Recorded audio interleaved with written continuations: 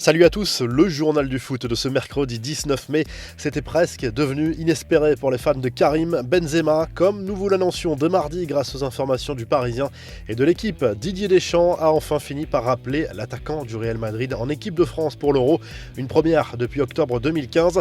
Le sélectionneur de l'équipe de France a officialisé mardi soir sa liste de 26 joueurs pour la compétition qui se jouera du 11 juin au 11 juillet. Après l'officialisation de son retour en équipe de France, Karim Benzema a remercié ses soutiens et a exprimé sa fierté sur les réseaux sociaux, tellement fier de ce retour en équipe de France et de la confiance que l'on m'accorde. Merci à ma famille, à mes amis, à mon club et vous, à tous ceux qui me donnent de la force au quotidien, a écrit le buteur du Real Madrid dans un message publié sur Twitter et Instagram. Forcément, Didier Deschamps n'a pas échappé aux questions sur ce revirement de situation à propos de Benzema, alors que l'on pensait les deux hommes irréconciliables. Le buteur du Real Madrid va reporter le maillot bleu. Alors que s'est-il passé concrètement ? Le sélectionneur des Bleus a livré quelques explications sans rentrer dans le détail. Ce que l'on sait, c'est que Deschamps et Benzema se sont rencontrés et ont longuement échangé sur certains points bien précis. On s'est vu, on a discuté longuement, c'était l'étape la plus importante. Je ne vais pas vous dévoiler un mot de notre discussion, il en avait besoin, j'en avais besoin, a souligné Didier Deschamps.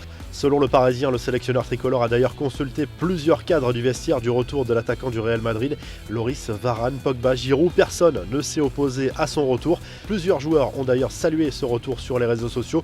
Kylian Mbappé se réjouit à l'avance de jouer avec l'attaquant madrilène et a publié sur les réseaux sociaux un montage où les deux joueurs sont associés avec le maillot bleu. Concernant le reste de la liste de Deschamps, c'est du classique ou presque. Petite surprise, Jules Koundé, le défenseur central du FC Séville, fera partie de l'aventure. Marcus Thuram, l'attaquant du Borussia Mönchengladbach, est également dans la liste. La finale de la Coupe de France oppose ce mercredi soir le PSG à l'AS Monaco, un match qui se joue à huis clos en raison du couvre-feu. Coup d'envoi à 21h15 au Stade de France. C'est le début de la semaine de tous les dangers pour le club parisien qui peut aussi bien réaliser le doublé Coupe de France championnat qu'effectuer une saison blanche. Les infos et rumeurs du mercato, le Barça abandonne la piste Erling Haaland.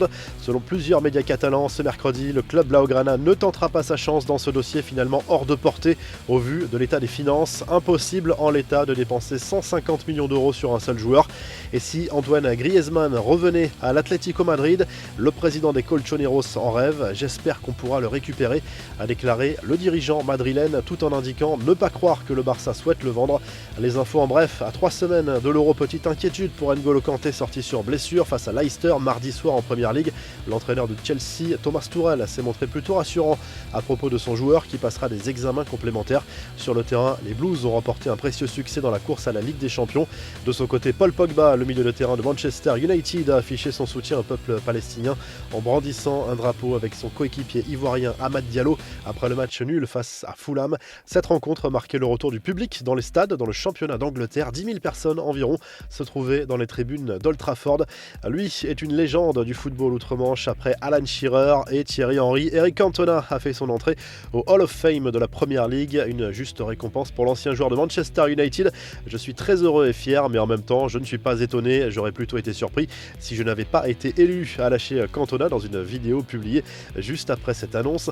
La revue de presse, bien évidemment, on retrouve Karim Benzema à la une de l'équipe ce mercredi, au lendemain de l'annonce du retour de l'attaquant madrilène juste avant l'Euro. La surprise du chef, titre le quotidien sportif à propos de ce choix aussi audacieux qu'inattendu de la part du sélectionneur des Bleus.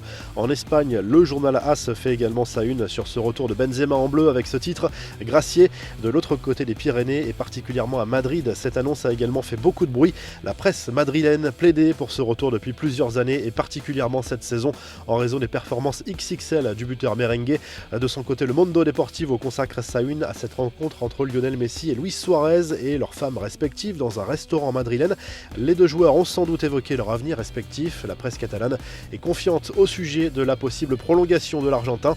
En Italie, la Gazzetta dello Sport se penche sur la finale de la Coupe qui se joue ce mercredi soir. L'Atalanta pour la gloire, la Juve pour l'honneur, explique le quotidien sportif. La vieille dame de Ronaldo veut absolument éviter une saison blanche. Si le journal du foot vous a plu, n'hésitez pas à liker la vidéo et à vous abonner. Et à très vite pour un nouveau journal du foot.